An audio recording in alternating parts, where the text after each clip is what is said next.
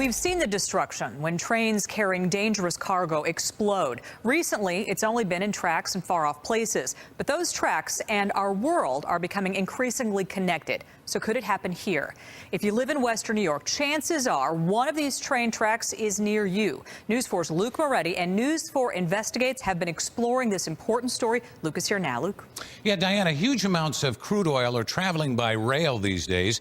There has been tremendous growth in oil production here in the United States, and that has federal regulators looking at what can be done to mitigate potential safety risks to railroad communities, like here in Western New York. A December 30th train derailment in North Dakota clearly highlights concerns about shipping crude by rail.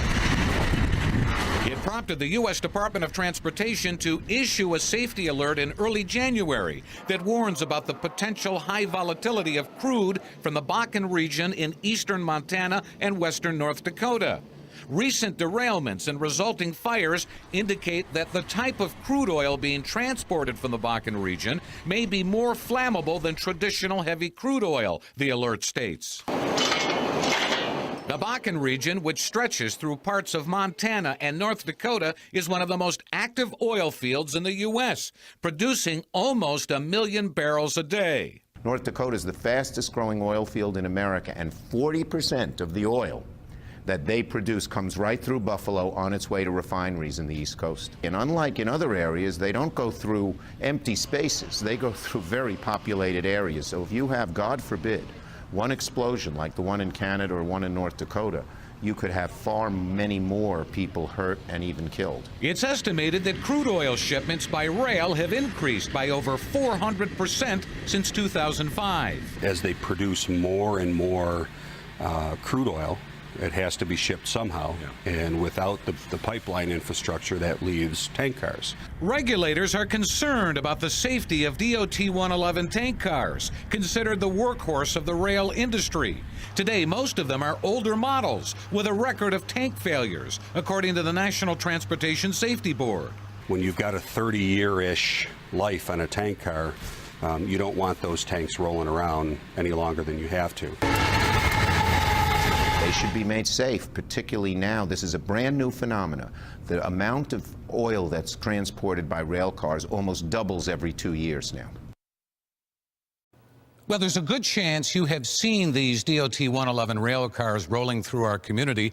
Federal safety investigators have said the DOT 111's design is, quote, inadequate, and say its performance is, quote, poor.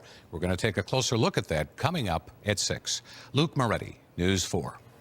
No one investigates like News 4. We see them, we hear them, we stop for them. Trains are a daily part of our life. At 5:30, we showed you how one cargo business is booming.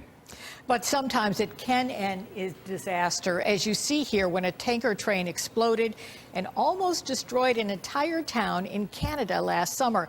It's a big problem. The New York Times has been looking into it on a national scale. So new at 6, our investigative team has uncovered some eye-opening information about dangerous cargo being hauled in questionable tanker cars that are moving right through our backyard. Luke Moretti is here with part 2 of this investigation. Luke? Jackie, listen to this. Using these particular tank cars to ship flammable liquids creates an unacceptable risk. Now, that's what the National Transportation Safety Board is saying. They travel by rail carrying explosive cargo. They are really rolling projectiles. Hundreds of them roll through Western New York every day. They have the potential to act just like a bomb would. Many of them are older models known as DOT 111 tank cars. And in recent months, there has been a spate of fiery derailments involving these cars carrying crude. They're explosive, very volatile. Local first responders had a close call in December when DOT 111 cars derailed in a Cheektowaga rail yard. Luckily, they did not leak. 2 of them were the newer cars, and 3 of them were the older type cars. We get lucky on that one? Anytime we don't have a problem, we're lucky, yes. But not every community has been as fortunate. The crude oil ignited so quickly once the Class 111 tank cars were breached. Last July, nearly 50 people in a small Quebec town died after a train carrying light crude derailed and exploded. card. I don't have no way here, so I don't know what's going to happen to me. Investigators say 72 of the cars were DOT 111s, the same type that roll through our town. The National Transportation Safety Board states the DOT 111's poor accident performance continues to raise serious concerns. Specifically, the agency notes DOT 111 cars have a high incidence of tank failures. Then the whole tank just ruptures at once. It's a frightening scenario, Jeffrey Hartman's worst fear, especially if it happens in a populated area. As commander of Erie County's Hazardous Materials Response Team, Hartman is well aware of the stakes involved with a catastrophic tank car failure. In the case of a fire, now you've got all this flammable liquid flying out in every direction. Everything catches on fire at once.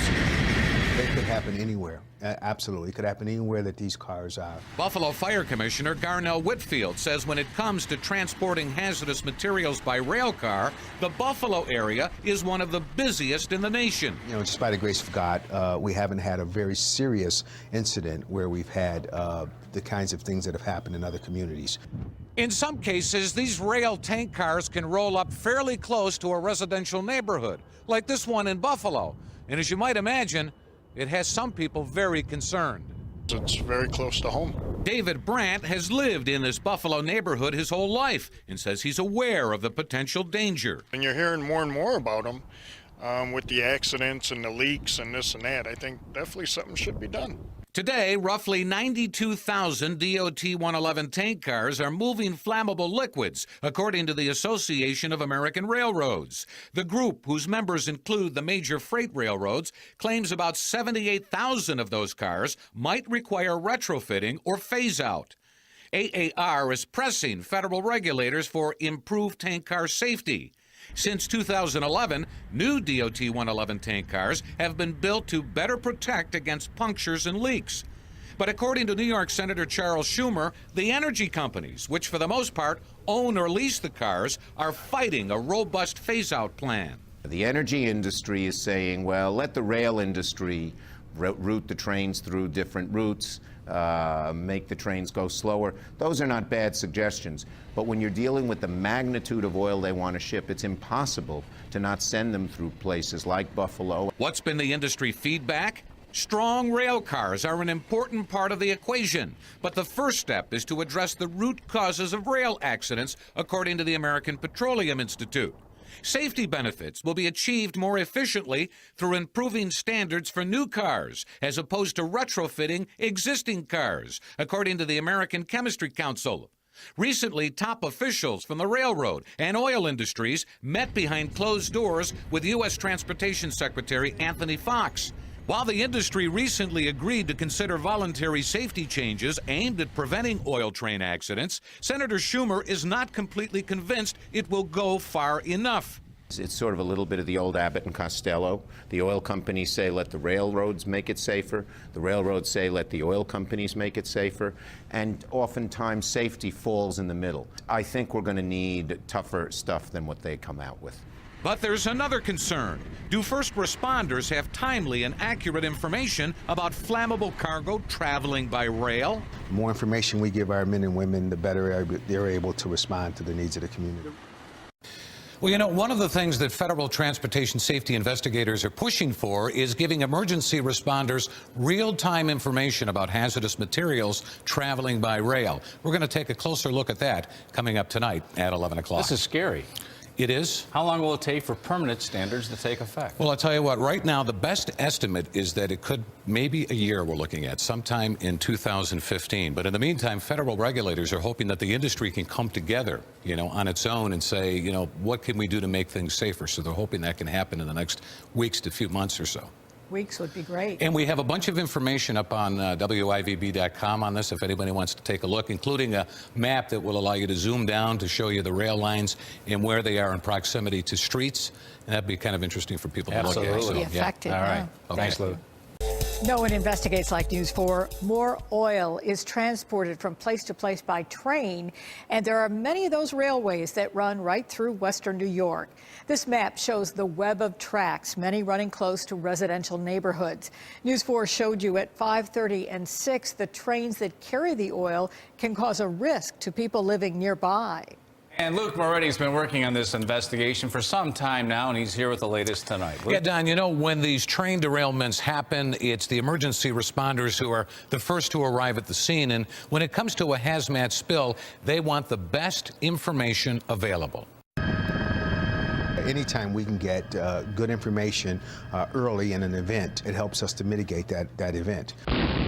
Buffalo Fire Commissioner Garnell Whitfield says right now, if first responders are called out to a train derailment involving a hazardous product, there would be immediate communication with the railroad. Plus, he says they look for placards on the sides of rail cars that indicate what's being carried. But is that enough? Federal investigators say in some cases, emergency responders did not get timely and accurate information. In fact, the NTSB has been urging the government to require that railroads provide accurate, real-time information. Not until we see the placard, not until we look up, what that chemical is, not until we or communicate directly with that rail car company, we don't know what's coming through. We have no way of knowing that. One of the biggest rail-based freight operators serving North America is CSX.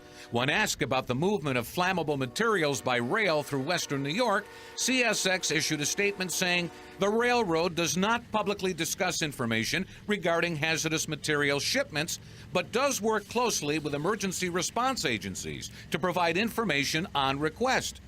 Erie County Emergency Management Commissioner Daniel Nevereth says receiving real-time information would be a plus, but he's concerned about who would have access to it. Pushing information is one thing, but do you really want everybody within your organization knowing information about some type of hazardous material or some type of explosive that's going to be going through? Probably not, but it could make a difference to the men and women on the front lines of hazmat response. The more information we have, the sooner in the process, the safer it is for everybody. And safer is better, especially for people like Jeff Gaud, who reside in the shadow of flammable cargo rolling down the rail. Anything to make it safer. I mean, you're talking about people's lives at stake, really. Recently, National Transportation Safety Board Chairman Deborah Hersman put it this way: the large-scale shipment of crude oil by rail simply didn't exist 10 years ago. Safety regulations need to catch up with this new reality, she says. And what about the safety record of hazardous cargo? Yeah, you know, according to the Association of American Railroads, hazmat accident rates are down about 91% since 1980 and 38% since 2000. But as we've seen recently, they do happen, and sometimes it could have a devastating impact. And that's what you need to prepare for.